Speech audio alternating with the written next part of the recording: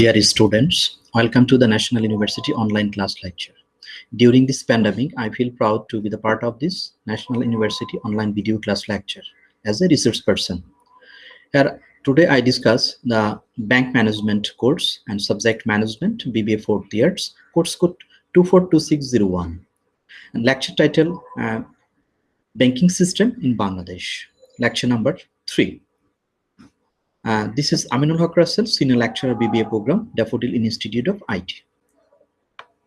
Today, we discuss the Chapter 3, Banking System of Bangladesh. In this chapter, we cover, at first we learn Banking System of Bangladesh and Operation System of Commercial Bank গুলো আমাদের দেশে কিভাবে operate করে। দেন আমরা দেখব যে electronic ব্যাংকিংটা কি জিনিস, তারপর বেসিক ইলেকট্রনিক ব্যাংকিং এর বেসিক কম্পোনেন্ট গুলো, তার ইম্পর্টেন্স গুলো দেখব, গুরুত্বটা কতটুকু তার। তারপর আমরা দেখব যে ইলেকট্রনিক ব্যাংকিং এর ক্লাসিফিকেশন গুলো, ইলেকট্রনিক ব্যাংকিং এ কিছু ফর্জারি আছে, ফ্রড হয় এখন ইলেকট্রনিক ব্যাংকিং এর, এই জায়গাটা আমরা দেখব কিভাবে সেই ফ্রডটাকে প্রিভেন্ট করা যায়, এবং ইলেকট্রনিক ব্যাংকিং এর ক্ষেত্রে কি কি টেকনোলজি ইউজ হয় আমাদের দেশে এবং আমাদের দেশের কমার্শিয়াল ব্যাংকগুলো ইউজ করে সার্ভিস প্রোভাইড করার ক্ষেত্রে। এবং আমরা দেখব যে ইলেকট্রনিক এবং ট্রেডিশনাল ব্যাংকিং এর মধ্যে পার্থক্যটা কি আসলে। তারপর অ্যাডভান্টেজ অফ ইলেকট্রনিক ব্যাংকিং দেখব, তার কিছু লিমিটেশন আছে, এবং কিছু শর্ট নোটস আমরা এই চ্যাপ্টারে দেখব, খুব ইম্পর্টেন্ট যেগুলো, ATM, automated teller machine, online and SMS banking and green banking. Okay dear student, তাহলে আমরা শুরু করি আমাদের আজকের লেকচার। ব্যাংকিং সিস্টেম, আমাদের যে ব্যাংকিং সিস্টেমটা আমাদের শুরুতেই যে স্বাধীনতার পরপর যে আমাদের সিস্টেমটা ছিল, আমাদের ব্যাংকিং সিস্টেমটা কেমন ছিল সেটা আমরা একটু জেনে আসি। After the independence, banking system in Bangladesh starts it's journey.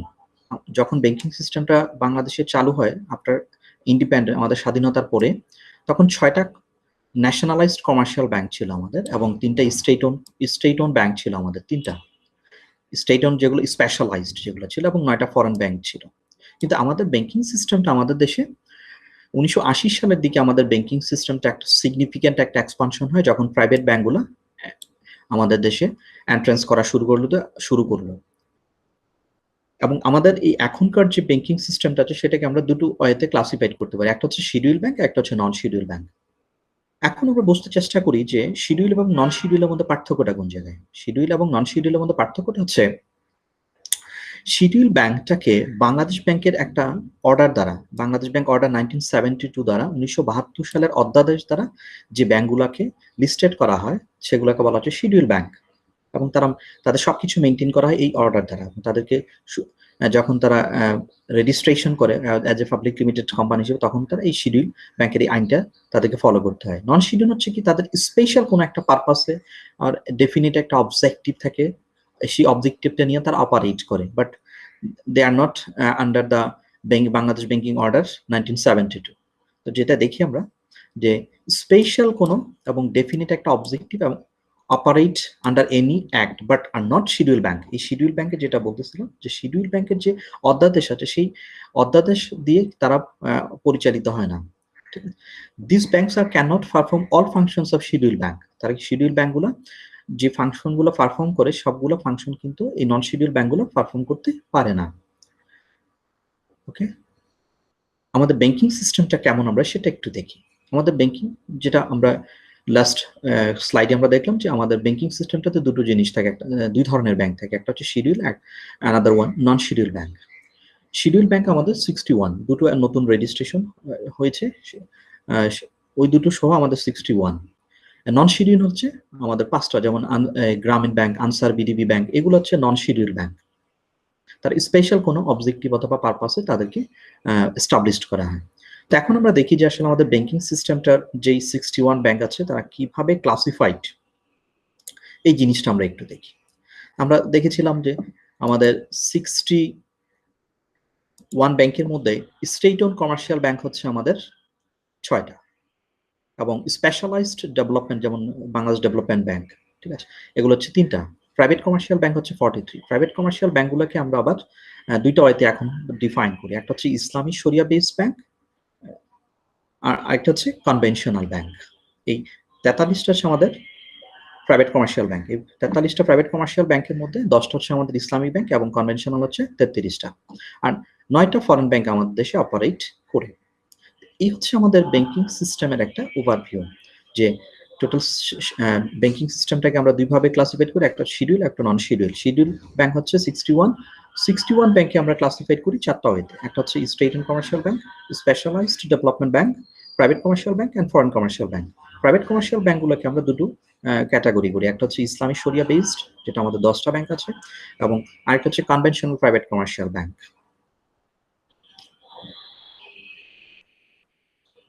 এখন আমাদের যেই কমার্শিয়াল ব্যাংকগুলো আমাদের দেশে আছে, সেই কমার্শিয়াল ব্যাংকগুলো কিভাবে অপারেট হয়, তার অপারেশনটা কিভাবে ওনারা অপারেট করে, দুটো ওয়েতে এখন দেখি। আমাদের কিছু 1980-র আগেও আমাদের দেশের ব্যাংকিংটা টোটালটাই ছিল আসলে ম্যানুয়াল।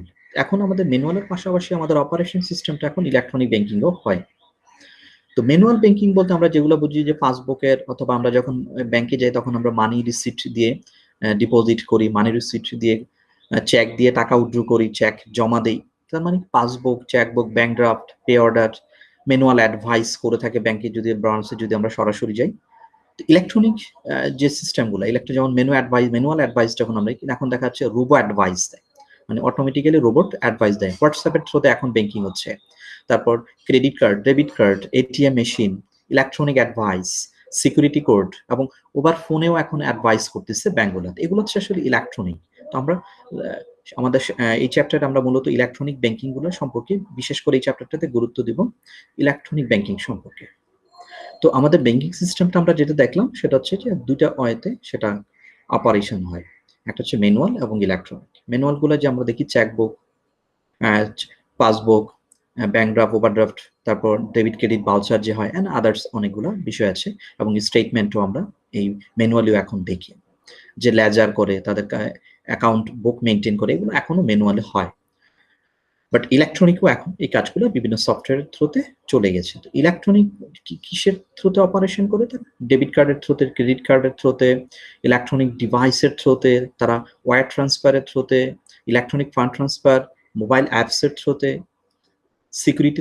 সিকিউরিটি কোড দিয়ে এখন এই ইলেকট্রনিক ব্যাংকগুলো পরিচালিত হয়। অটোমেটেড ক্লিয়ারিং হাউস যে আমাদের যেটা আছে বাংলাদেশ অটোমেটেড ক্লিয়ারিং হাউস যেটাকে আমরা বলি, ওয়্যার ট্রান্সফার এবং মোবাইল ব্যাংকিং একটা রেগুলেশনকারী একটা মোবাইল ফাইন্যান্সিয়াল সার্ভিস আমাদের দেশে।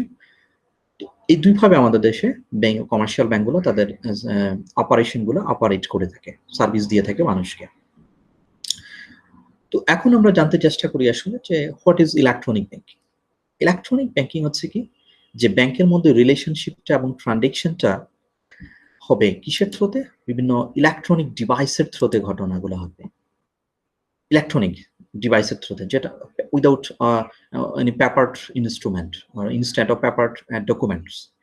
তার কি হবে? Electronic based, satellite based, computerise based, wire থ্রুতে। যেমন আপনাকে একটা কল করে হোয়াটসঅ্যাপের যে এখন চালু হচ্ছে রোবো অ্যাডভাইস, এগুলো হচ্ছে ইলেকট্রনিক। আপনাকে কম্পিউটারের ওয়্যারের থ্রুতে, দ্যাট মিনস ইন্টারনেটের থ্রুতে, অনলাইনের থ্রুতে আপনি যে সার্ভিসগুলো নেবেন, অথবা আমরা যদি আরো সহজ করে বলি, ট্রানজেকশন এবং রিলেশনশিপ হবে ব্যাংক এবং ক্লায়েন্টের ইলেকট্রনিক ডিভাইসের থ্রুতে ইনস্টেড অফ পেপার ডকুমেন্টস। যেমন আমরা এখন অ্যাপস দিয়ে আমরা অ্যাকাউন্ট ওপেন করতে পারি বাসায় বসে, যেটাকে আমরা বলি হোম ব্যাংকিং। ওকে, এখন আমরা দেখি আসলে ইলেকট্রনিক ব্যাংকিং বেসিক্যালি কি বোঝাচ্ছে। Electronic banking system where the transaction and relationship between the bank and client, তাদের মধ্যে ব্যাংক এবং ক্লায়েন্টের মধ্যে রিলেশনশিপটা গ্রো করে ইলেকট্রনিক ডিভাইসের থ্রুতে, ইনস্ট্যান্ট অফ পেপার ডকুমেন্টস ছাড়া ইলেকট্রনিক ডিভাইসের থ্রুতে।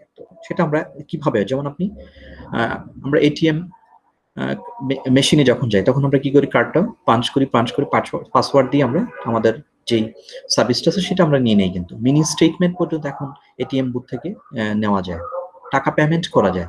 এই যে বিষয়গুলো, এগুলা আমাদের আগে পেপার লাগতো, এখন পেপার লাগে না। এখন পেপার ছাড়াও কিন্তু আমরা কি করতে পারি? এই জিনিসগুলোকে সার্ভিসগুলো নিতে পারি।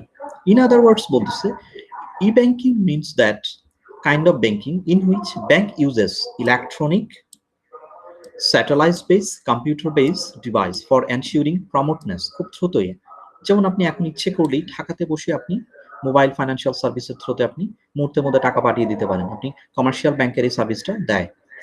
আপনি ইচ্ছে করলে ব্যাংকে গিয়েও আপনি ওয়্যার ট্রান্সফার থ্রুতে, ইলেকট্রনিক ফান্ড ট্রান্সফার থ্রুতে, অ্যাপসের থ্রুতে আপনার অ্যাকাউন্ট থেকে আপনি ওই ব্যাংকেরই আরেকটা অ্যাকাউন্ট আপনি ফান্ড ট্রান্সফার করতে পারেন। এটা কি হয়, একুরেট হয় এবং প্রমোটনেস থাকে। যদিও তার কিছু লিমিটেশন আছে, সেটা আমরা নেক্সট দেখব।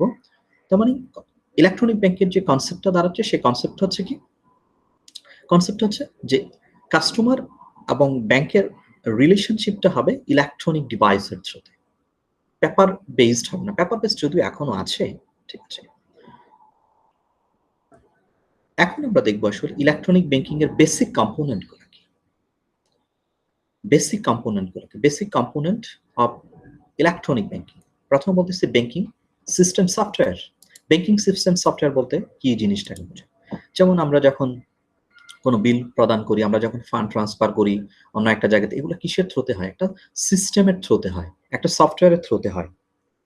যেমন আমরা যদি কোনো অর্থ যে আমরা যে উইথড্র করি, আমরা যে অর্থ উত্তোলন করি অথবা অর্থ জমা দেই, মানে মানি আমরা যখন একটা এটিএম বুথে কিন্তু এখন টাকা জমা দেওয়া যায়। তো এই যে জিনিসগুলা, এটা কিভাবে হয়? এই যে আমি ফান্ডটা আমি উইথড্র করলাম, আমার মানিটা আমি উইথড্র করলাম কার্ডের থ্রুতে, আমি আবার জমা দিলাম, আমি আরেক জায়গায় ফান্ড পাঠাই দিলাম, এগুলা ব্যাংক কিছু সফটওয়্যার মেনটেন করে, সিস্টেম একটা মেনটেন করে ব্যাংক।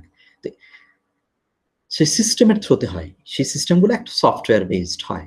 মানে সিস্টেমগুলো কি সফটওয়্যার আমরা বলি। কমিউনিকেশন নেটওয়ার্ক বলতে আসলে যেটা আমরা বুঝি, অনলাইন ইলেকট্রনিক ব্যাংকিং এ কমিউনিকেশন নেটওয়ার্কটা একটা ভাইটাল একটা রোল প্লে করে। সেটা কিভাবে হয়? যেমন আমরা বলি যে ডায়াল আপ টেলিফোন, অথবা আমরা বলি রেডিও লিঙ্কের থ্রুতে এখন এই কমিউনিকেশন করা হয় এই ইলেকট্রনিক ব্যাংকিং এর। একটা হচ্ছে ডায়াল আপ নেটওয়ার্কিং এর থ্রুতে, একটা হচ্ছে রেডিও লিঙ্কের থ্রুতে। ডেলিভারি চ্যানেলটা কি? ডেলিভারি চ্যানেলটা হচ্ছে কি, যখন আমরা কর্পোরেট ব্যাংকের কথা বলি, আমরা স্মল মিডিয়াম এন্টারপ্রাইজের যে এন্টারপ্রেনারশিপের যে বিজনেসগুলোকে বলি, এবং ফ্যামিলি বেসড যে বিজনেসের কথা বলি, এই বিজনেসগুলোর মধ্যে আমরা যে ফান্ডগুলাকে অথবা আমাদের যে চ্যানেলগুলা, এই চ্যানেলগুলোর থ্রুতে আমরা বিভিন্ন সফটওয়্যারের থ্রুতে আমরা কি করতে পারি, ব্যাংকিং সেবা নিতে পারি। তো ব্যাংক কি করে, তার বিভিন্ন ডেলিভারি চ্যানেলের থ্রুতে, এই যে আমি বিভিন্ন ব্যাংকিং যে জায়গাগুলোর কথা বললাম, যে যেমন সুইফটও কিন্তু এক ধরনের ডেলিভারি চ্যানেল কিন্তু। তারপর আমরা ব্যাংক সাইজ, তারপর ইউরো ক্লিয়ার্স, এগুলো হচ্ছে ব্যাংক ডেলিভারি চ্যানেল, যেগুলো ইলেকট্রনিক ব্যাংকিং এর ক্ষেত্রে ইউজ করে। এখন আরো অনেক কম্পোনেন্টস অথবা ডেলিভারি চ্যানেলের অনেক কম্পোনেন্টস এখন আরো মডার্ন আসছে আরো। তারপর আমরা বলতেছি সুইচিং সিস্টেম। সুইচিং সিস্টেমটা কি আসলে? সুইচিং সিস্টেম হচ্ছে একটা মেথড, যে মেথড দ্বারা কম্পিউটার এর মাধ্যমে সকল অর্থটা অথবা যথার্থ জায়গাতে, অথবা আপনি এক জায়গা থেকে আরেক জায়গায় ট্রান্সফার করবেন, এই যে ট্রান্সফার করে দেওয়ার যে প্রসেসটা করে দেয়, সেটাকে বলা হচ্ছে সুইচিং সিস্টেম। আপনি এক জায়গা থেকে আরেক জায়গায় ফান্ড আপনি তো এভাবেই চলে যান, এটা একটা সিস্টেমের থ্রুতে সুইচিং করে, মানে এক জায়গা থেকে আরেক জায়গায় সেটা সিস্টেম সেটাকে সুইচ করে দেয়। সেটা আমরা কিসের থ্রুতে করি? কম্পিউটারের থ্রুতে করি, আমরা ইলেকট্রনিক ডিভাইসের থ্রুতে করি। এগুলো ছিল আমাদের basic components of electronic banking. Then আমরা দেখব ইলেকট্রনিক ব্যাংকিং এর ইম্পর্টেন্সটা কি আসলে। ইলেকট্রনিক ব্যাংকিং এর যে গুরুত্বটা, সেই গুরুত্বটা কোথায়? আমরা বলতেছি যে অ্যাক্টিভিটি রিভিউ। অ্যাক্টিভিটিকে কি করা যায়? আমরা যখন যেমন আপনি যখন একটা চেক নিয়ে যান, চেক নিয়ে গেলে একটু খেয়াল করবেন যে আমরা যে বলি পিওএস, মানে পয়েন্ট অফ সেল সার্ভিস। এই সেল সার্ভিসে কি করে? আপনি যখন একটা চেক দিলেন, সেই চেকটা এখন কিন্তু এমআইসিআর চেক, মানে ম্যাগনেটিক ইন ক্যারেক্টার রিকগনিশন, একটা মেশিনে ধরবে সেটা আসল না নকল সেটা বোঝা যায়। কিন্তু যেটা বলতেছিলাম যে অ্যাক্টিভিটি রিভিউ, এই যে চেকটাকে কি করলো, চেকটাকে রিড করলো একটা মেশিন দিয়ে, সেটা কি করা গেল যে এটা ওই লুকের চেক কিনা, এটা কোনো ফ্রড চেক কিনা, অন্য কোনো ফেক একটা চেক নিয়ে আসলো কিনা। তার মানে কি, এই অ্যাক্টিভিটিটাকে পেমেন্ট করার আগে রিভিউ করতে পারে। এই ইলেকট্রনিক ব্যাংকিং এর একটা সুবিধা। আবার মনে করেন আপনি কাউকে ফান্ড ট্রান্সফার করবেন, সেই ফান্ড ট্রান্সফার করার ক্ষেত্রে আপনি কিন্তু চেক করতে পারবেন, একটা রিভিউ করতে পারবেন যে আপনি এটা সঠিক পাঠাচ্ছেন কিনা, অ্যাকাউন্ট নাম্বারটা ঠিক আছে কিনা। এই যে বিষয়গুলো আপনি রিভিউ করতে পারেন ইলেকট্রনিক ব্যাংকিং এর থ্রুতে। প্রমোট অ্যান্ড কারেক্টিভ সার্ভিস, আপনি যখন, যেমন আমরা মোবাইল ফাইন্যান্সিয়াল সার্ভিসের থ্রুতে যখন কোনো ক্যাশ করি, পাঠাই অন্য একটা জায়গাতে, যখন ক্যাশ পাঠাই তখন কি করে, আপনি যখন সবকিছু করার পর আপনাকে একটা রিভিউ পেজ দেখায় যে এটা সবকিছু ওকে আছে কিনা। যখনই এটা আপনি চেক করেন, চেক করে আপনি দেন ক্লিক করে আপনি টাকাটা পাঠিয়ে দেন। সিমিলার ব্যাংকের ক্ষেত্রেও কিন্তু এইগুলা ব্যাংক আপনি সরাসরি চেক নিয়ে গেলে সেটা ব্যাংক চেক করে যে আপনি যে যার কাছে টাকাটা পাঠাবেন তার অ্যাকাউন্ট নাম্বার ঠিক আছে কিনা, তার ব্রাঞ্চ নেম ঠিক আছে কিনা, নাম ঠিক আছে কিনা, এইসবগুলো চেক করে দেন সেটাকে এন্ট্রি দেয় ব্যাংক। তো সেটা এন্ট্রি দিলেও কি হবে, সেটা কারেক্টিভ দেখে রিভিউ করার জায়গা থাকে এবং খুব প্রমোট হয়। 2 or 3 মিনিটসে আপনি ওয়ার্ল্ডের যে কোনো জায়গাতে ফান্ড পাঠিয়ে দিতে পারেন 2 or 3 মিনিটসের মধ্যে। থার্ড আমরা বলতেছি ইলেকট্রনিক ব্যাংকিং প্রোডাক্টিভিটিকে ইনক্রিজ করে। যেমন আপনি যখন আপনি ম্যানুয়ালি কাজ, একটা চেককে আপনি তার ফেকনেসটা, সেটা ফেক কিনা, ফ্রড আছে কিনা, এই জিনিসটাকে আপনি কি করতে পারেন, চেক করতে পারেন। চেক, আপনি যদি এই ইলেকট্রনিক ব্যাংকিং না থাকে তাহলে আপনি কি করতে, আপনি সারাদিন হয়তো 10টা 8টা চেক আপনি ডিসবার্স করতে পারবেন, কিন্তু এই ইলেকট্রনিক ব্যাংকিং সিস্টেম অথবা ইলেকট্রনিক সিস্টেম যদি, ব্যাংকিং সফটওয়্যার এরকম সিস্টেম যদি আপনি ডেভেলপ করে এবং থাকে এবং ইউজ করতেছে ব্যাংক, তখন আপনি কি করতে পারবেন, আপনার দেখা যাবে যে আপনি হাজার হাজার চেক আপনি পার ডেতে আপনি ক্লিয়ার করতে পারতেছেন ডিউ টু কি ইলেকট্রনিক ব্যাংকিং এর থ্রুতে। তো এতে দেখা যায় যে আপনার প্রোডাক্টিভিটিটা ইনক্রিজ করতেছে। মুহূর্তের মধ্যে আপনি ক্লিক করে কি করতে পারতেছেন, ফান্ড পাঠিয়ে দিতে পারতেছেন। তো এতে কাস্টমারও কি হয়, খুব খুশি হয় এবং কাস্টমারদেরকে আপনি খুব স্মুথলি সার্ভিস দিতে পারেন। অ্যাডভান্টেজ ইন কম্পিটিশন, এখন প্রত্যেকটা ব্যাংকই চাচ্ছে কি ইলেকট্রনিক কতটা স্মুথলি ইউজার ফ্রেন্ডলি, মানে কাস্টমার ফ্রেন্ডলি যেন কি করতে পারে, সার্ভিস দিতে পারে। কারণ যে ব্যাংক যত স্মুথলি সার্ভিস দিতে পারবে কাস্টমার ওইদিকে যাবে, এবং যতটা টেকনোলজি অ্যাডভান্স হবে ততই কাস্টমার আপনি অ্যাট্রাক্ট করতে পারবেন, এবং ইউজার ফ্রেন্ডলি এবং অ্যাডভান্স টেকনোলজি। তো তার মানে কি আপনাকে ইলেকট্রনিক ব্যাংকিং সেবাটা, আপনি যদি ইলেকট্রনিক ব্যাংকিং সেবা দেন তাহলে কাস্টমার আপনি গ্রিপ করতে পারবেন, কাস্টমারকে আপনি, নতুন কাস্টমারকে আপনি নিয়ে আসতে পারবেন।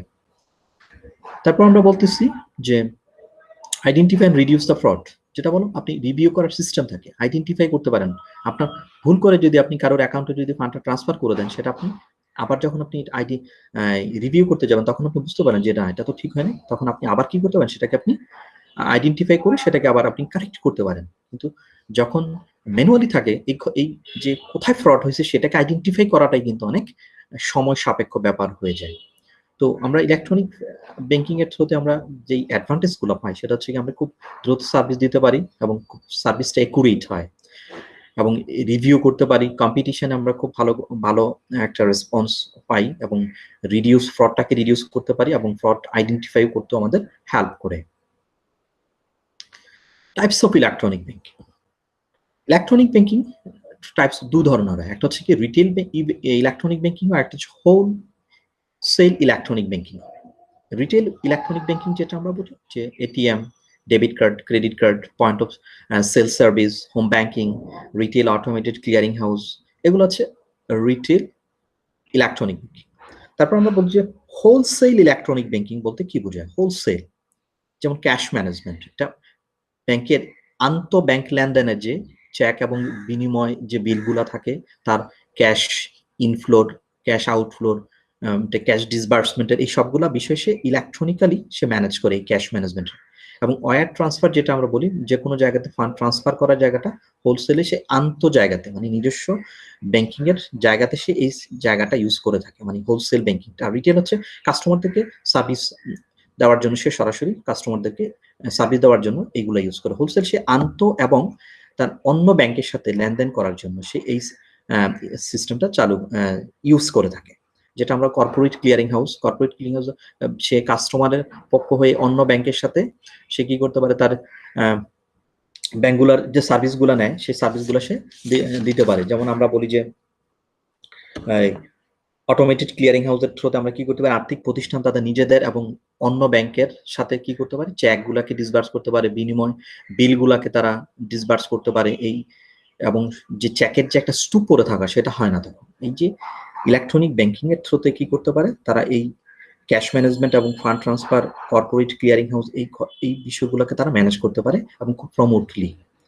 আর রিটেল ব্যাংকিং এর থ্রুতে কাস্টমারদেরকে যেটা, যেমন আপনি ক্রেডিট কার্ড নিয়ে আপনি শপিং করতে গেলেন, আপনি ক্রেডিট কার্ড আছে, আপনার টাকা না থাকলেও চলবে, ব্যাংক আপনাকে ঋণ দিয়ে থাকে। ক্রেডিট কার্ডের সিস্টেমটা হচ্ছে কি ব্যাংক আপনাকে ঋণ দিবে, আর ডেবিট কার্ড হচ্ছে কি ডেবিট কার্ড আপনার টাকা আপনি শপিং করবেন, আপনার টাকা আপনি আপনার কার্ড দিয়ে উঠাবেন। এটার মধ্যে একটা চিপ বসানো থাকে কার্ডের মধ্যে, এবং সেটা চুম্বক ভিত্তিক চিপ, এবং এটা ইউনিক কিছু কোড থাকে, ইউনিক কিছু পাসওয়ার্ড থাকে, এটা ডেবিট কার্ডের হিসাব। আর ক্রেডিট কার্ড হচ্ছে ব্যাংক আপনাকে একটা ঋণ ফ্যাসিলিটি দিয়ে থাকে, ঠিক আছে? পয়েন্ট অফ সেল সার্ভিস, আপনি যখন ব্যাংকে যান, আপনি একটা চেক নিয়ে গেলেন, আপনাকে ব্যাংক সার্ভিস দিবে এবং সেটার যে প্রসেসগুলা করে আপনাকে, সেই প্রসেসগুলার ইলেকট্রনিক্যালি যে করে, যেমন চেক মেশিনের মধ্যে থলেই সেটা ফ্রড নাকি পেয়ে যান, আপনার ফান্ডটাকে আপনি খুব দ্রুত ট্রান্সফার করে দেয়, এই যে বিষয়গুলো, এই বিষয়গুলো হচ্ছে আমার এই পয়েন্ট অফ সেল সার্ভিসের মধ্যে।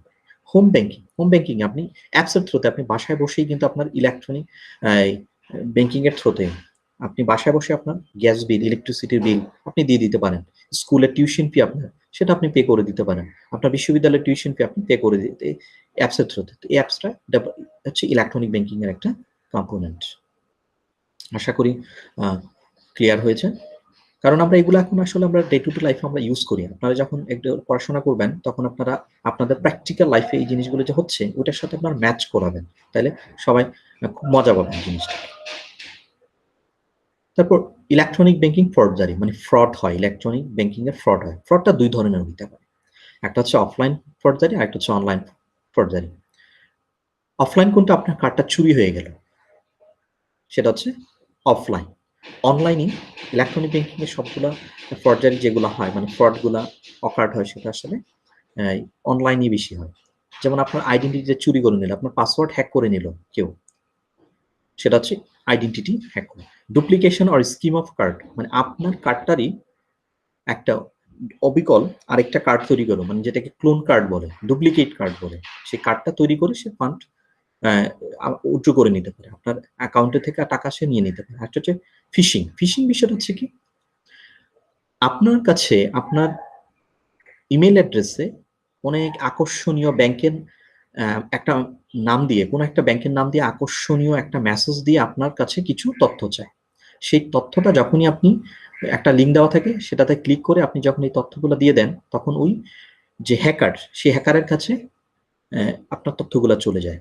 তখন হ্যাকার কি করে, আপনার এই তথ্যগুলো দিয়ে আপনার ব্যাংক থেকে টাকা অথবা অন্য কিছু নিয়ে নেয়। যেমন আমরা অনেক সময় এখন যেটা, যেমন মোবাইল ফাইন্যান্সিয়াল সার্ভিসের জায়গাতে আমরা দেখি যে এই ঘটনাগুলো ঘটতেছে।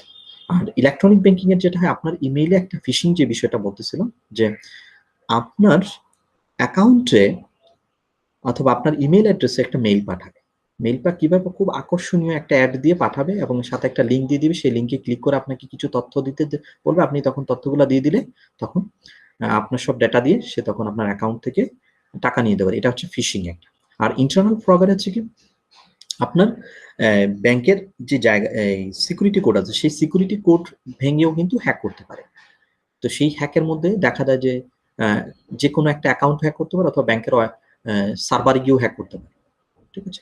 তো ইলেকট্রনিক ব্যাংকিং এর যে আরো অনেক, এখন আসলে অনেক এই ফ্রড চলে আসছে, অনেকভাবে এখন ফ্রড গুলা হয়। তো ইলেকট্রনিক ব্যাংকিং এর আসলে বড় লিমিটেশন যেটা এখনো রয়ে গেছে, সেটা হচ্ছে তার ফ্রডনেসটা এবং তার ট্রাস্টিটা এবং সিকিউরিটি ইস্যুটা এখনো আসলে ইলেকট্রনিক ব্যাংকিং এর একটা বড় ইস্যু হিসাবে রয়ে গেছে। তারপর আমরা কিভাবে আসলে এই ফ্রড গুলাকে আমরা প্রিভেন্ট করতে পারি, preventive measures of electronic banking fraud or fraud. প্রথমে আমাদেরকে খুব সতর্ক থাকতে হবে যে এরকম মেইল যদি কখনো কেউ পাঠায়, অথবা আপনার কোনো এসএমএস পাঠায়, কেউ যদি আপনার কোনো তথ্য জানতে চায়, আপনি দেওয়ার ক্ষেত্রে আপনি আগে সিরিয়াস হবেন, মানে সচেতন হবেন যে এটা আসলে ফেক না, কোনো ভুয়া কোনো কেউ আমাকে ফোন দিল, এটা আপনাকে জাস্টিফাই করে খুব কেয়ারফুল থাকবেন। তারপর ব্যাংক আপনাকে যে সব টাইম টু টাইম যে আপনাকে মেইলগুলা পাঠায়, এইসব ফ্রডনেস থেকে ইলেকট্রনিক ব্যাংকিং এর, অনলাইন ব্যাংকিং এর, ইন্টারনেট ব্যাংকিং এর যে ফ্রডনেস যাতে না হয়, আপনাকে যে সচেতনতামূলক অ্যাওয়ারনেস গুলা মেইল পাঠায়, সেই মেইলগুলো আপনি ভালোভাবে পড়বেন। এগুলো হচ্ছে কেয়ারফুলনেস। এবং চেঞ্জিং পাসওয়ার্ড, আপনার যে পাসওয়ার্ড আছে সেই পাসওয়ার্ডটা আপনি চেঞ্জ করতে থাকবেন মাঝে মাঝে। আপনি অ্যাভয়েড সাইবার ক্যাফে, আপনি কখনো আপনার এই কার্ডের লগইন আপনি কোনো সাইবার ক্যাফে হবেন না, সাইবার ক্যাফে আপনি লগ ইন করবেন না, ঠিক আছে? কারণ সাইবার ক্যাফে এগুলো হ্যাক করতে খুব ইজি হয়। তারপর to log off, to log অফে যেটা হয়, আপনি কোথাও মনে করেন কোনো একটা অনলাইন শপিং করার জন্য আপনি লগ ইন করলেন, আপনি অবশ্যই আপনি সেটা কেয়ারফুলি লগ অফ হয়ে যাবেন, মানে সাইন আউট হয়ে যাবেন। সাইন আউট হয়েছেন কিনা সেটা দেখবেন। এবং অন্য কোনো কম্পিউটারে অথবা অন্য কোনো মোবাইলে লগ ইন করা থেকে আসলে বিরত থাকাটাও খুব বুদ্ধিমানের কাজ। তারপর রিপুটেড সাইটস ছাড়া আপনি কোথাও শপিং করবেন না।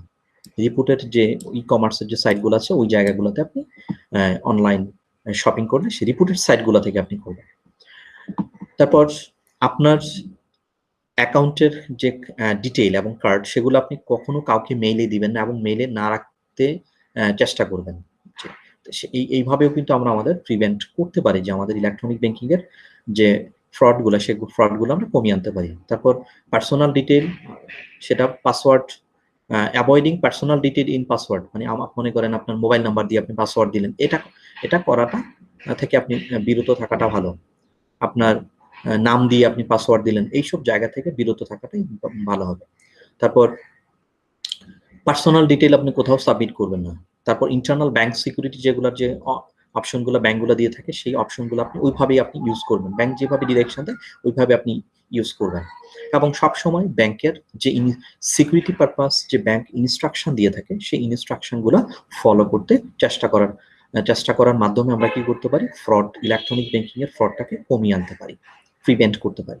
তাহলে আমরা প্রথমে যেটা দেখলাম সেটা হচ্ছে কিভাবে আমরা ইলেকট্রনিক ব্যাংকিং এর ফ্রডটাকে কমিয়ে আনতে পারি। সেটা হচ্ছে কি আমরা কেয়ারফুল থাকবো, তারপর পাসওয়ার্ড চেঞ্জ করব মাঝে মাঝে, সাইবার ক্যাফে লগ ইন করা এগুলো অ্যাভয়েড করব। তারপর পার্সোনাল ডিটেইল দিয়ে আমরা পাসওয়ার্ড দিব না। Not to card or account detail put in ইমেলে আমরা কার্ডের অথবা অ্যাকাউন্টের ডিটেইল রাখবো না। তারপর রিপোর্টেড সাইট ছাড়া শপিং না করেও আমরা সেই ফ্রডটাকে কমিয়ে আনতে পারি। যখন আমরা কোনো সাইটে আমাদের এরকম লগ ইন করবো অবশ্যই আমরা যেন সেটা সাইন ইন অথবা লগ আউট হয়ে যায়। Not to submit personal detail, কোথাও আমরা পার্সোনাল ডিটেইল দিব না। এবং ইন্টারনাল সিকিউরিটি পারপাসে ব্যাংকগুলা যেই ইনস্ট্রাকশন দিয়ে থাকে ওগুলো আমরা খুব ভালোভাবে ফলো করতে চেষ্টা করবো। তাইলে আমরা কি করতে পারবো, আমাদের ইলেকট্রনিক ব্যাংকিং এর যে ফ্রডগুলো সেটাকে আমরা প্রিভেন্ট করতে পারবো। ওকে, আশা করি সবাই বুঝতে পেরেছেন। দেন আমরা দেখি আমাদের ব্যাংকিং অপারেশনের জন্য আসলে কি কি টেকনোলজি আমরা ইউজ করি এখন আমাদের কমার্শিয়াল ব্যাংকগুলো ইউজ করে। যেমন এটিএম মেশিন, আমরা সেটা জানি ইলেকট্রনিক ফান্ড ট্রান্সফারের থ্রুতে করতে পারে, পয়েন্ট অফ সেল সার্ভিস হতে পারে, ইন্টারনেট এবং অনলাইন ব্যাংকিং হতে পারে, আপনার ইমেইলে পাঠিয়ে দেয় bank, mobile banking, wire transfer, তারপর সুইফট যেটা society for world wide inter bank financial telecommunication, এটা খুব ভালোভাবে সে দেখবেন। এই যে শর্ট ফর্মগুলো আপনাদের পরীক্ষায় কিন্তু 1 মার্কস করে শর্ট ফর্ম থাকে, মানে 10 মার্কসের। যেমন আপনাকে দিয়ে দিল EFT full form, electronic fund transfer, আপনাকে বলে দিল এটিএম এর ফুল মিনিংটা কি, তখন আমরা এভাবে জিনিসগুলোকে দেখবো। এমআইসিআর যেটা বললাম, ম্যাগনেটিক ইন ক্যারেক্টার রিকগনিশন। তারপর কেওস আছে, শর্ট মেসেজ সার্ভিস, সেটা আমরা একটু পরেই আমরা শর্ট নোটস হিসেবে দেখবো। মোবাইল ব্যাংকিং, সেটা আমরা খুব ভালোভাবেই জানি, মোবাইল ফাইন্যান্সিয়াল সার্ভিসগুলো এখন আমাদের দেশে বিকাশ, রকেট এবং অন্যান্য আরো কিছু ব্যাংকের আছে। তারপর আমরা অনলাইনের থ্রুতে এখন এলসি ওপেন করতে পারি অনলাইনের থ্রুতে, এবং ফান্ড ওয়্যার ট্রান্সফার করতে পারি, ডেবিট এবং ক্রেডিট কার্ড। মোটামুটি এইসব বিষয়গুলো দিয়ে আরো কিছু আছে আমাদের টেকনোলজি, যেমন আমরা হোয়াটসঅ্যাপের টেকনোলজি, যেটাকে আমরা মোবাইল টেকনোলজির কথা বলি, আমরা বিভিন্ন অ্যাপসের কথা আমরা বলি। তারপর রোবো টেকনোলজি, সেটাও আমরা কিন্তু এখন ইউজ করি, এবং অটোমেশনের যে সফটওয়্যারগুলো আছে সেটাও কিন্তু আমরা এখন ইউজ করি আমাদের এই ব্যাংকিং অপারেশনের জন্য। তাহলে আমরা দেখলাম কি এই জায়গাতে uses of technology in bank operation, bank অপারেশনের জন্য অথবা ইলেকট্রনিক ব্যাংকিং এর যে টেকনোলজিগুলো আমরা কি কি ইউজ করি আসলে, সেটা আমরা এই জায়গাতে আমরা দেখলাম। দেন আমরা দেখি ট্রেডিশনাল ব্যাংক এবং ইলেকট্রনিক ব্যাংকিং এর মধ্যে পার্থক্যটা কোন জায়গায়। আশা করি এতক্ষণ আমাদের যে আলোচনার মধ্যে আমরা বুঝতে পেরেছি আসলে ইলেকট্রনিক এবং ট্রেডিশনাল ব্যাংকিং এর মধ্যে পার্থক্যটা কি। এখন আমরা যদি বলি যে প্রেজেন্স বিষয়টা কি, যে ট্রেডিশনাল ব্যাংকিং আপনাকে ব্যাংকিং এর সার্ভিস নেওয়ার জন্য ব্যাংকিং আপনাকে প্রেজেন্ট থাকবে, আপনার এক ডিস্টেন্সে থাকতে হবে। আর ইলেকট্রনিক ব্যাংকে আপনি ফিজিক্যাল কোনো প্রেজেন্স লাগে না, আপনি সার্ভিসটা অনলাইনের থ্রুতে আপনি নিতে পারেন। ট্রেডিশনাল ব্যাংকিংটা খুব টাইম কনজিউমিং, ইলেকট্রনিক ব্যাংকিংটা টাইম কনজিউমিং না। অ্যাক্সেসিবিলিটি, আপনি ইলেকট্রনিক ব্যাংকিং 24 আওয়ার্স আপনি ইলেকট্রনিক ব্যাংকিংটা নিতে পারেন, কিন্তু people have to visit online during the working hour. পিপলকে অবশ্যই ওয়ার্কিং আওয়ারের ভিতরে যেতে হয়, যেমন 10টা থেকে আপনার 3টা 4টা পর্যন্ত আপনি ব্যাংকিং সার্ভিস নিতে পারেন। কিন্তু ইলেকট্রনিক ব্যাংকিং আপনি কি করতে পারেন, 24 আওয়ার্সে আপনি সার্ভিসটা নিতে পারেন। Security, traditional banking does not encounter security, মানে ইলেকট্রনিক যে থ্রেট সেই থ্রেটটা কিন্তু থাকে না, যেটা ইলেকট্রনিক ব্যাংকিং এর মধ্যে আছে। তার মানে কি ট্রেডিশনাল ব্যাংকিং এর সিকিউরিটিটা একটু বেশি ইলেকট্রনিক ব্যাংকিং এর তুলনায় সিকিউর। তারপর কস্ট, ট্রেডিশনাল ব্যাংকের অপারেট করার জন্য আসলে ফিক্সড কিছু কস্ট বেশি ইনকার্ড হয়, ফিক্সড। কিন্তু ইলেকট্রনিক ব্যাংকিংও কস্ট ইনকার্ড হয়, কিন্তু ফিজিক্যাল থেকে সেটা কম। বাট তাকে সফটওয়্যার, তাকে সিস্টেম সফটওয়্যার এবং ডিফারেন্ট সফটওয়্যার অথবা টেকনোলজি অ্যাডপ্ট করার জন্য তাকে কস্ট ইনকার্ড হয়। তারপর কাস্টমার সার্ভিস খুব স্মুথলি ইলেকট্রনিক ব্যাংকিং এর থ্রুতে কাস্টমারকে কি করা যায়, সার্ভিস দেওয়া যায়। কিন্তু কন্ট্যাক্ট কাস্টমারের সাথে রিলেশনশিপটা আসলে ইলেকট্রনিক ব্যাংকিং এর থ্রুতে ট্রেডিশনাল ব্যাংকিং এতে কাস্টমারের রিলেশনশিপটা বিল্ড আপ হয় বেশি। ওকে, এখন আমরা যেটা দেখবো যে advantage of electronic banking. Electronic banking এর অ্যাডভান্টেজটা কি? আমরা অলরেডি কিছু আলাপ করেছি, সেই জায়গা থেকে আমরা বলতে পারি যে টাইমটা সেভ করে দেওয়া এবং খুব কুইকলি আমরা কি করতে পারি, ব্যাংক সার্ভিস প্রোভাইড করতে পারি। আমরা কুইকলি ব্যাংক থেকে সার্ভিসটা পেয়ে যাই। আমাদের পেপার যে বেসড যে ট্রানজাকশনগুলো অকার্ট হতো সেটা সেটা কমে যায়। এখন পেপার লেস ব্যাংকিং আমাদের চলতেছে এখন, যেটা গ্রিন ব্যাংকিং এর কনসেপ্টের মধ্যে পড়ে যায়। এবং কম্পিটিশনের এবিলিটিটা আমাদের বাড়িয়ে দেয় ইলেকট্রনিক ব্যাংকিংটা। এবং আমরা মিস্টেকলেস একুরেট সার্ভিস প্রোভাইড করতে পারি, অথবা সার্ভিস পেতে পারি আমরা অ্যাজ এ ক্লায়েন্ট হিসেবে অথবা কাস্টমার হিসেবে ব্যাংক প্রোভাইড করতে পারি। কমার্শিয়াল ব্যাংকগুলো একুরেটলি এবং মিস্টেকলেস সার্ভিস প্রোভাইড করতে পারে। তারপর ইলেকট্রনিক ব্যাংকিং এর যেটা হয়, সে অ্যাডমিনিস্ট্রেটিভ কস্টটা কমে যায়। যেটা ওই যে বললাম যে তার ফিজিক্যাল যে ব্রাঞ্চ ওপেন করার জন্য তার ফিজিক্যাল যেই অপারেটিং কস্টগুলো সেগুলো তখন থাকে না। ইলেকট্রনিকের যেটা হয় সেটা মেনটেন করার জন্য এবং সফটওয়্যারটা পারচেস করার জন্য তার হয়তো কিছু কস্ট ইনকার্ড হয়, বাট ইলেকট্রনিক ব্যাংকিং এই ধরনের অ্যাডমিনিস্ট্রেটিভ যে কস্ট সেই কস্টটা কমিয়ে দেয়। তো অ্যাডমিনিস্ট্রেটিভ কস্ট যদি কমে যায়, অটোমেটিক্যালি আমার রেভিনিউতে হিট করবে, রেভিনিউ আমার বেড়ে যাবে। এবং আমরা কি করতে পারি, কুইকলি ফান্ড ট্রান্সফার করতে পারি এবং ইন্টারনাল এনভায়রনমেন্টটাকে আমরা ডেভেলপ করতে পারি। যেমন আগে চেক ডিসবার্স করার জন্য যে 3 জন লোক বসতে হয়, এখন 3 জন লোক 3 জায়গায় যদি বসে, তো তাদের ভিতরে ইন্টারনালি যে কমিউনিকেশন যে এনভায়রনমেন্টটা সেটা কিন্তু খুব স্মুথলি করা যেত না। এখন ইলেকট্রনিকের থ্রুতে আপনি চেকটা রিড করে দিলেন, আরেকজন চেকটাকে ওকে করে দিলেন। দেখবেন আপনার ব্যাংকে গিয়ে যখন একটা চেক দেন তখন খেয়াল করবেন এই বিষয়টা। তখন আপনারা আপনাদের এই বিষয়গুলো যদি আপনারা খেয়াল করেন তখন দেখবেন খুব স্মুথলি আপনারা বুঝতে পারতেছেন যে আসলে ঘটনাগুলো কি হচ্ছে। এবং সিকিউরিটি অফ অ্যাকাউন্ট, কারণ এখন দেখা যাচ্ছে যে ইলেকট্রনিক ব্যাংকিং এর পাসওয়ার্ড, সেই পাসওয়ার্ডটাও এখন দিয়ে দেয় না। পাসওয়ার্ডটা আপনি অটোমেটিক্যালি আপনি নিজেই ক্রিয়েট করতে পারেন। কিছু কিছু ব্যাংক এটা সার্ভিস দিচ্ছে। তো সিকিউরিটিটা কিন্তু এখন অনেকটাই এসুরেন্ট করতে পারতেছে ইলেকট্রনিক ব্যাংকগুলো। তো দ্যাটস কাস্টমারদের তখন কি হয়, কাস্টমারদের একটা কনফিডেন্ট গ্রো করে, ট্রাস্ট ক্রিয়েট। যেটা বলতেছিল যে ইলেকট্রনিক ব্যাংকিং এর এত অ্যাডভান্টেজ, এত কিছু সুবিধা থাকার পরেও কিন্তু তার কিছু আসলে লিমিটেশন আছে। যেমন এখন আমাদের মানুষ টেকনোলজি জানে না, মানুষের কাছে সেটা তাকে অনলাইন ব্যাংকিং এর জন্য বছরে একটা সার্ভিস দিতে হয়, এটা তার মানুষের কাছে একটা হাই কস্ট মনে হয়।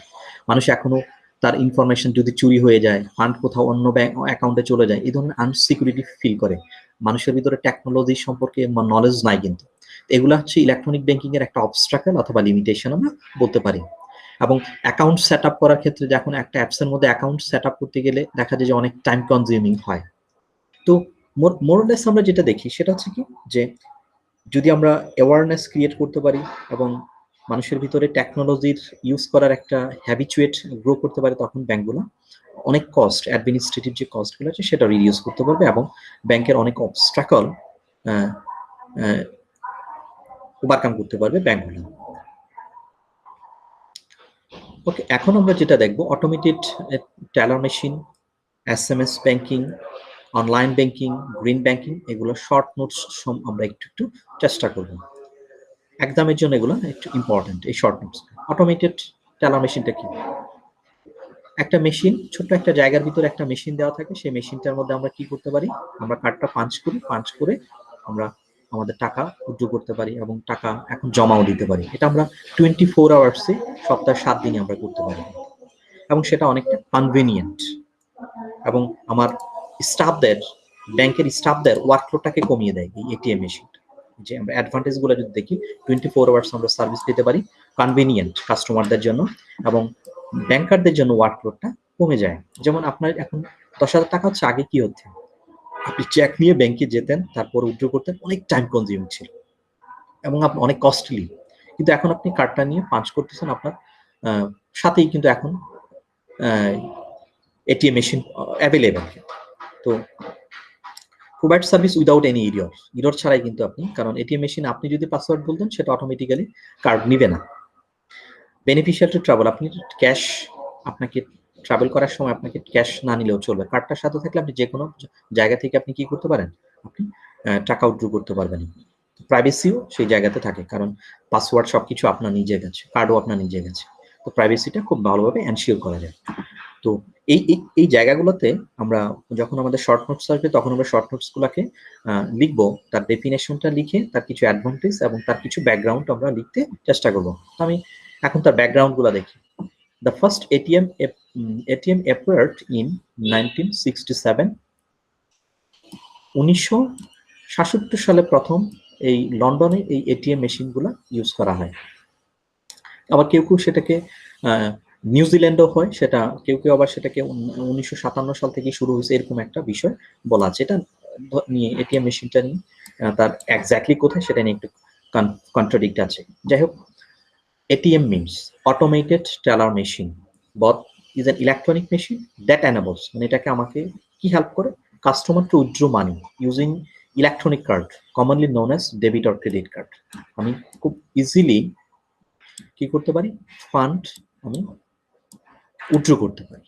যে সোজা কথা, আমার কার্ড দিয়ে যে মেশিন থেকে আমি টাকা উইথড্র করতে পারি সেটাকে বলা হচ্ছে এটিএম। এটা ফার্স্ট লন্ডন ইউজ করা হয়েছে 50 years it's spread all over the world, মানে 50 বছরের মধ্যে এটা সারা পৃথিবীতে সেটা ছড়িয়ে গেছে। এখন আমরা সেটা দেখতে পাচ্ছি, কিন্তু আমাদের হাতের কাছেই কিন্তু এখন এটিএম মেশিন পাওয়া যায়। An ATM is a machine built into an wall of a bank or other building. যে আমরা দেখি, এই যে বললাম যে আপনারা এটিএম মেশিন কোথায় কোথায় দেখেন, ব্যাংকের বিল্ডিং এর মধ্যেও দেখেন অথবা অন্য কোনো জায়গার মধ্যেও দেখেন। অ্যালাউ পিপল, এটা পিপলকে অ্যালাউ করে to take out money from their bank account using special card. একটা আপনার যে কার্ডটা, সেই কার্ডটা দিয়ে আপনি ইউজ করতে পারেন। সেকেন্ড, আমরা বলতেছি অনলাইন ব্যাংকিং। অনলাইন ব্যাংকিং আমরা আসলে অনেকেই জানি যে অনলাইন ব্যাংকিং, যেমন আপনার অনলাইন ব্যাংকিং এর থ্রুতে আপনি কি করতে পারেন, আপনি ফান্ডটাকে এক জায়গা থেকে আরেক জায়গাতে আপনি পাঠাইতে পারেন আপনার অ্যাপসের থ্রুতে। তারপর আপনি অ্যাকাউন্ট ব্যালেন্স চেক করতে পারেন, আপনি বিল পে করতে পারেন, মানি ট্রান্সফার করতে পারেন অ্যাকাউন্ট থেকে, এক অ্যাকাউন্ট থেকে আরেক অ্যাকাউন্টে, আপনি ব্যাংক স্টেটমেন্ট পেতে পারেন, আপনি অ্যাকাউন্টসের স্টেটমেন্ট আপনি পেতে পারেন। এই সার্ভিসগুলো যখন আমাদের ইমেইলের থ্রুতে আপনার সব ডাটাবেস চলে আসে, এখন ইমেইলের থ্রুতে আপনার ব্যাংক স্টেটমেন্ট চলে আসে, আপনার কার্ডের স্টেটমেন্ট চলে আসে, এই সবগুলো সেবা দিচ্ছে ব্যাংকগুলো, এগুলো হচ্ছে অনলাইন ব্যাংকিং। এখন আমরা একটু ডেফিনেশনটা দেখি। Online banking describes online system that provides user access to their personal bank account information function including but not limited to account transaction and balance. Access দিবে, কিছু কিছু লিমিট আপনাকে দিয়ে দিবে যে আপনি কি কি এক্সারসাইজ করতে পারবেন আপনি এই আপনার অ্যাকাউন্ট দিয়ে। এই অনলাইনের জায়গাতে এখন আরো কিছু সফটওয়্যার চলে আসছে, যেমন আমরা এখন দেখতেছি ড্রোন দিয়ে ব্যাংকিং সেবা চলে আসতেছে, তারপর রোবো দিয়ে চলে আসতেছে ব্যাংকিং সেবা। এগুলো অনলাইন ব্যাংকিং অথবা টেকনোলজি বেসড এর একটা অংশ। এসএমএস ব্যাংকিং, এসএমএস ব্যাংকিংটা আসলে কি? এসএমএস ব্যাংকিংটা হচ্ছে আপনাকে ব্যাংক একটা এসএমএস করবে আপনার মোবাইলে, এটা আপনি যদি অ্যালাউ করেন, আপনি ব্যাংকে গিয়ে একটা ফর্ম ফিল আপ করে যদি আপনি বলেন আমার ব্যাংকের যত ধরনের সার্ভিস আছে আমি সেই সার্ভিসটা নিতে চাই, সে তখন আপনাকে ওরা একটা ফর্ম দেবে, সেই ফর্মটা ফিল আপ করে আপনি সার্ভিসটা নিতে পারেন, এবং বাৎসরিক একটা চার্জ দিতে হয়, আপনাকে একটা ফি দিতে হয়। তো বলতেছে allow customer to access there account information related, এবং ব্যাংকের অ্যাওয়ারনেস, ব্যাংকের বিভিন্ন প্রমোশনাল এসএমএসও আপনি এই এসএমএস ব্যাংকিং এর থ্রুতে পেতে পারেন। এসএমএস ব্যাংকিং এর পুরো মিনিংটাকে, short message service. The purpose of this service is to send various alert, যেটা বলেছিলাম যে আপনাকে বিভিন্ন বিষয় সম্পর্কে, আপনি যেমন আপনি ব্যাংক থেকে টাকা উইথড্র করছেন সেটারও একটা এসএমএস চলে আসবে, আপনি কার্ড দিয়ে টাকা সেটাও চলে আসবে, কেউ যদি আপনার এটা হ্যাক করতে যায় সেটা এসএমএস আপনার কাছে চলে আসবে, কিন্তু যেটাকে আমরা বলি push mass, and receive request from customer and send that information through, এবং তারা এই যে পুশ আপের যে এসএমএসটা থাকে সেটা আসলে আমাদের দেশে এখন ইউজ হয়, আগে এটা ইউজ হতো না। Okay. This will facilitate customer to keep track of happening in their account and also get required information without visiting bank premises. আপনি ব্যাংকের সব ধরনের ইনফরমেশন পেতে পারেন কিভাবে? আপনি এই SMS এর থ্রুতে। ব্যাংকে না গিয়েও আপনি ব্যাংকের সব ধরনের তথ্য আপনি পেতে পারেন। তারপর গ্রিন ব্যাংক। গ্রিন ব্যাংকিং হচ্ছে যে এখন ব্যাংকগুলো শুধু তার কমার্শিয়াল পারপাসেই সবগুলো অ্যাক্টিভিটি পারফর্ম করে না।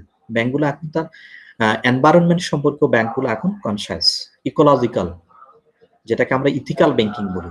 ব্যাংক সবসময় যে সব ইন্ডাস্ট্রির লোন দিবে এরকম না, বেশি ইন্ডাস্ট্রির লোনের পাশাপাশি ব্যাংকগুলো যে ইন্ডাস্ট্রিগুলো যেন সেই লোনটাকে নিয়ে পরিবেশের ক্ষতি না করে, সেই পরিবেশের ক্ষতি না করে এই ধরনের লোন প্রোভাইড করে থাকে। ব্যাংকের এখন এনভায়রনমেন্টাল গাইডলাইন তৈরি করা আছে, বাংলাদেশ ব্যাংক সেটা প্রিপেয়ার করে দিচ্ছে। সেই গাইডলাইনের থ্রুতেই 2011 সালের পর থেকে বাংলাদেশ ব্যাংকে গ্রিন ব্যাংকিংটা চালু হয়ে যায়। প্রত্যেকটা কমার্শিয়াল ব্যাংকে এখন কি করে এই গ্রিন ব্যাংকিং পন্থাটা, গ্রিন ব্যাংকিং সিস্টেমটা চালু করছে। এখন এই গ্রিন ব্যাংকিংটাতে কি করে আসবে, আমাদের পরিবেশটাকে, আমাদের এনভায়রনমেন্টটাকে, আমাদের আর্টটাকে যেন আমরা কি করতে পারি, সেফ রাখতে পারি, প্রোটেক্ট করতে পারি। আমাদের proactive banking or smart way of banking thinking এর ওয়েতে আমরা কি করতে পারি, সাস্টেইন রাখতে পারি। আমাদের যেন পরিবেশটাকে আমরা ক্ষতি না করি, ব্যাংকিং সার্ভিসে দেওয়ার ক্ষেত্রে যেন আমরা অ্যালার্ট থাকি যে আমরা সার্ভিস দিব আমাদের পরিবেশকে ক্ষতি না করে। তো যেটা বলতেছে এটা নর্মাল একটা ব্যাংকিংয়ে ব্যাংক তার যেই পেমেন্ট বলেন, তার লেন্ডিং বলেন, ডিপোজিট কালেক্ট বলেন, এই যে ব্যাংকের যে সার্ভিসগুলো দেয়, বেসিক ফাংশনগুলো পারফর্ম করে, সেই বেসিক পারফর্মগুলোর জায়গাতে ফাংশনগুলো পারফর্ম করতে গিয়ে ব্যাংক তার এনভায়রনমেন্টকে কনসিডারেশন নিয়ে সে কি করবে, সার্ভিস দিবে। এই যে এনভায়রনমেন্টকে সে কনসিডার করে ব্যাংকিং সার্ভিসটা প্রোভাইড করে, সেটা কি বলা হচ্ছে গ্রিন ব্যাংক, যেটাকে ইথিক্যাল ব্যাংকিংও বলা হয়, ইকোলজিক্যাল ব্যাংকিংও বলা হয়। ওকে, আশা করি ডিয়ার স্টুডেন্ট, আশা করি সবাই এই চ্যাপ্টারটা আপনারা বুঝতে পেরেছেন। যে যদি আপনাদের এই চ্যাপ্টার রিলেটেড যদি কোনো বুঝতে প্রবলেম হয়, কোনো সমস্যা থাকে, আপনারা দয়া করে আমাকে মেল অ্যাড্রেস দেওয়া আছে, সেই মেল অ্যাড্রেসে আপনারা কি করবেন, আমাকে ইমেল করে দিবেন। আমি চেষ্টা করব আপনাদের ইমেইলে আপনাদের কোশ্চেনের জবাব দিতে। আশা করি সবাই বুঝতে পেরেছেন। সবাই ভালো থাকবেন, সুস্থ থাকবেন। আল্লাহ হাফেজ।